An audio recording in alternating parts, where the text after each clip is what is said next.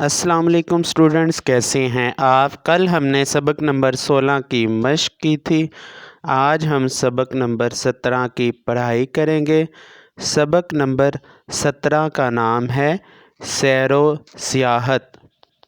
حاصلات تعلم۔ اس سبق کو پڑھنے کے بعد طلباء اس قابل ہو جائیں گے کہ وادی نیلم کے بارے میں جان سکیں، اپنی پسند کے موضوع پر اپنے خیالات اور مشاہدات کو درست لہجے اور اعتماد کے ساتھ پیش کر سکیں، اپنے ارد گرد کے ماحول، اہم عمارات، قدرتی مناظر، تفریحی مقامات وغیرہ پر بات کر سکیں۔ ماحول سے متعلق کسی موضوع پر خود سے کم از کم 10 مربوط جملے لکھ سکیں۔ کہانی یا عبارت پڑھ کر تفہیمی سوالات کے جوابات دے سکیں۔ استفہامی، اقراری اور انکاری جملوں میں فرق کر سکیں۔ سوچ کر بتائیں، آپ نے کن شمالی علاقہ جات کی سیر کی ہے؟ آپ کا پسندیدہ تفریحی مقام کون سا ہے؟ پیارے بچوں، آپ نے یہ بتانا ہے کہ کن شمالی علاقہ جات کی آپ نے سیر کی ہے اور آپ کا پسندیدہ تفریحی مقام کون سا ہے۔ پیارے بچوں، یاد رکھیں، پاکستان بہت خوبصورت ملک ہے۔ یہاں بہت سے تفریحی مقامات ہیں جو سیاحوں کو اپنی طرف کھینچتے ہیں۔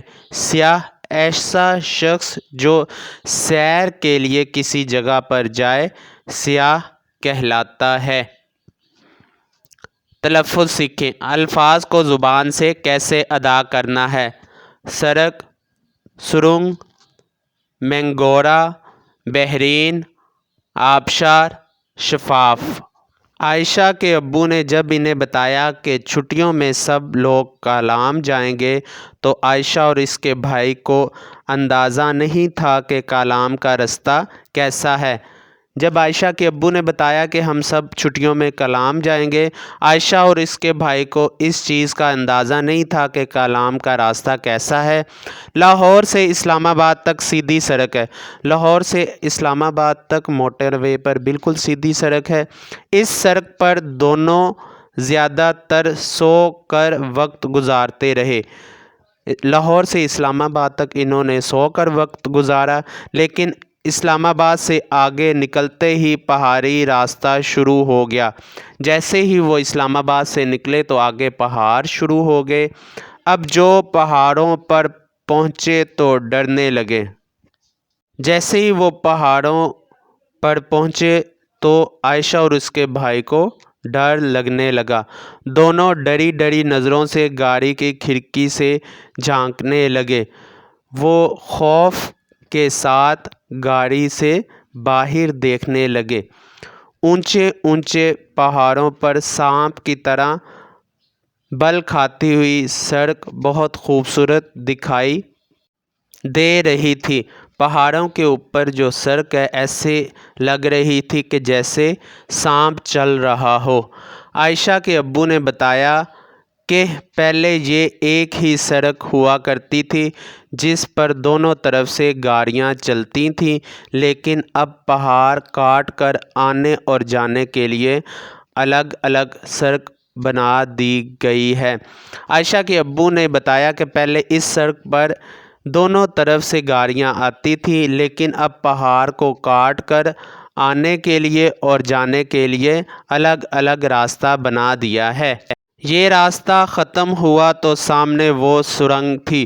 سرنگ زمین کھود کر جو راستہ بنایا جاتا ہے اسے سرنگ کہتے ہیں، جو پہاڑ کاٹ کر بنائی گئی تھی۔ یہ سرنگ اتنی خوبصورت تھی کہ بہت سے لوگ اپنے موبائل سے اس کی فلم بنا رہے تھے۔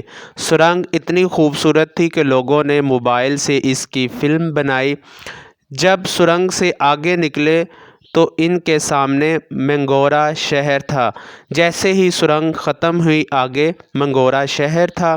وہ اسلام آباد سے صبح 9 بجے کے قریب چلے تھے اور اب 1 بجنے والا تھا۔ وہ صبح اسلام آباد سے 9 بجے چلے تھے، اب دوپہر کا 1 بجنے والا تھا۔ مینگورہ میں انہوں نے ایک ہوٹل میں کھانا کھایا جو دریائے سوات کے کنارے تھا۔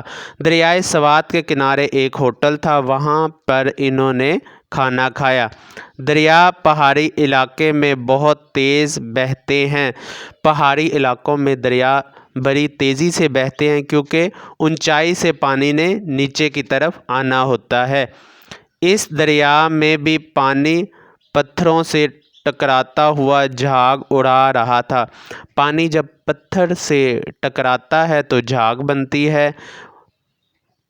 دریائے سوات میں بھی پانی پتھروں سے ٹکرا کر جھاگ بنا رہا تھا۔ کھانا کھا کر انہوں نے کچھ دیر آرام کیا اور بحرین کی طرف روانہ ہو گئے۔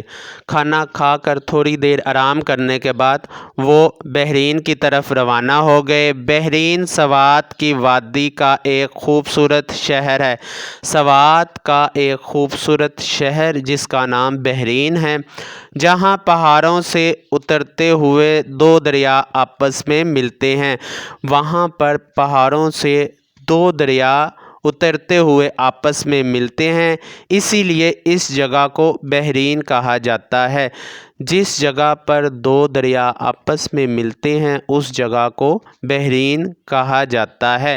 ان دریاؤں پر لوہے کا ایک مضبوط پل ہے۔ اس پل پر کھڑے ہوں تو ایسا لگتا ہے جیسے پہاڑوں سے اترتے ہوئے دریا سیدھے آپ کی طرف آ رہے ہوں۔ پل پر کھڑے ہو کر ایسا لگتا ہے جیسے دریا پہاڑ سے اتر کر آپ کی طرف آ رہے ہیں۔ اس پل کے آس پاس ہوٹل بنے ہوئے ہیں۔ پل کے ارد گرد ہوٹل ہیں۔ یہاں کا بازار بہت پرانا اور اس بازار میں سوات کے لوگوں کے ہاتھ کے بنے ہوئے کاریگری کے نمونے نظر آتے ہیں۔ بازار کے اندر سوات کے لوگوں کی ہاتھ سے بنی ہوئی اشیاء آپ کو نظر آئے گی۔ عائشہ کی امی نے کچھ سواتی چادریں اور کپڑے خریدے۔ عائشہ نے سوات کے لوگوں کے ہاتھ سے بنی ہوئی چادریں اور گرم کپڑے خریدے۔ شام ہونے والی تھی، شام کا وقت ہونے والا تھا اور ان کے ابو چاہتے تھے کہ رات ہونے سے پہلے وہ لوگ کالام پہنچ جائیں۔ عائشہ کے ابو چاہتے تھے کہ رات ہونے سے پہلے ہم کالام پہنچ جائیں۔ لوہے کا پل پار کر کے ان کی گاڑی کالام کی طرف روانہ ہو گئی۔ لوہے کے پل سے گزر کر وہ کالام کی طرف روانہ ہو گئے۔ سڑک کے ایک طرف پہاڑ ہے اور دوسری طرف نیچے بہتا ہوا دریا۔ سڑک کی ایک طرف پہاڑ اور دوسری طرف دریا ہے۔ یہ دریا بہت تیز رفتار ہے۔ دریا میں پانی بڑی تیزی سے بہتا ہے اور کئی جگہ تو آبشار کی طرح نیچے گرتا ہے۔ آبشار کہتے ہیں پہاڑوں کی اونچائی سے پانی کا نیچے کی طرف گرنا۔ یہ دریا ایسے لگتا ہے کسی جگہ پر جیسے آبشار نیچے گر رہی ہو۔ اس دریا پر پرانے زمانے سے رسی کے پل بنے ہوئے ہیں۔ پرانے زمانے کے رسی کے پل اس دریا پر بنے ہوئے ہیں۔ بچوں نے دیکھا کہ ایک لڑکا رسی کے پل کے ساتھ لٹکتے ہوئے جھولے میں بیٹھ کر دریا پار کر رہا ہے۔ بچوں نے دیکھا کہ رسی کے ساتھ جھولا لٹکا ہوا ہے جس میں بیٹھ کر ایک بچہ دریا پار کر رہا ہے۔ وہ ایک اور سے رسی کھینچتا تو اس کا جھولا آگے بڑھتا تھا اور کہتے ہیں طرف۔ بچہ جیسے ایک طرف سے رسی کھینچتا تو اس کا جھولا آگے کی طرف حرکت کرتا تھا۔ بچے یہ منظر دیکھ کر حیران رہ گئے۔ اسے دیکھ کر بچے بہت زیادہ حیران ہوئے۔ ان کے ابو نے انہیں بتایا کہ یہاں کے مقامی بچے ہیں جو اس ماحول کے عادی ہو چکے ہیں۔ عائشہ کے ابو نے بتایا کہ یہ یہاں کے رہنے والے ہیں، مقامی اس جگہ کا رہائشی، اور یہ بچے اس ماحول کے عادی ہو چکے ہیں۔ انہیں پتہ ہے کہ ہم نے کس طرح دریا کو پار کرنا ہے۔ کلام پہنچ کر انہوں نے دیکھا کہ پہاڑوں سے گرنے والا خطرناک دریا اس جگہ پھیلا ہوا ہے۔ کلام میں جب پہنچے تو انہیں یہ دیکھ کر حیرانگی ہوئی کہ جو دریا پہاڑوں سے اتر رہا تھا وہ یہاں آ کر بہت بڑا نظر آ رہا ہے اور اتنے آرام سے چل رہا ہے کہ لوگ دریا میں چارپائیاں ڈالے بیٹھے ہیں۔ کلام میں یہ دریا اتنی آہستہ حرکت کر رہا ہے کہ لوگ چارپائیاں ڈال کر بیٹھے ہوئے ہیں۔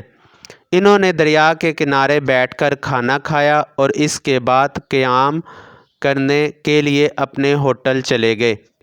قیام کہتے ہیں ٹھہرنے کو۔ کھانا کھانے کے بعد وہ ٹھہرنے کے لیے ہوٹل میں چلے گئے۔ سب لوگ تھکے ہوئے تھے اس لیے جلدی سو گئے۔ دوسرے دن صبح ان کے ابو نے فیصلہ کیا کہ میہودنڈ جھیل دیکھنے جائیں گے۔ یہ جھیل اتنی خوبصورت تھی کہ اسے دیکھ کر بچے راستے کی مشکلات بھول گئے۔ جھیل کی خوبصورتی دیکھ کر بچے راستے کی مشکلات بھول گئے۔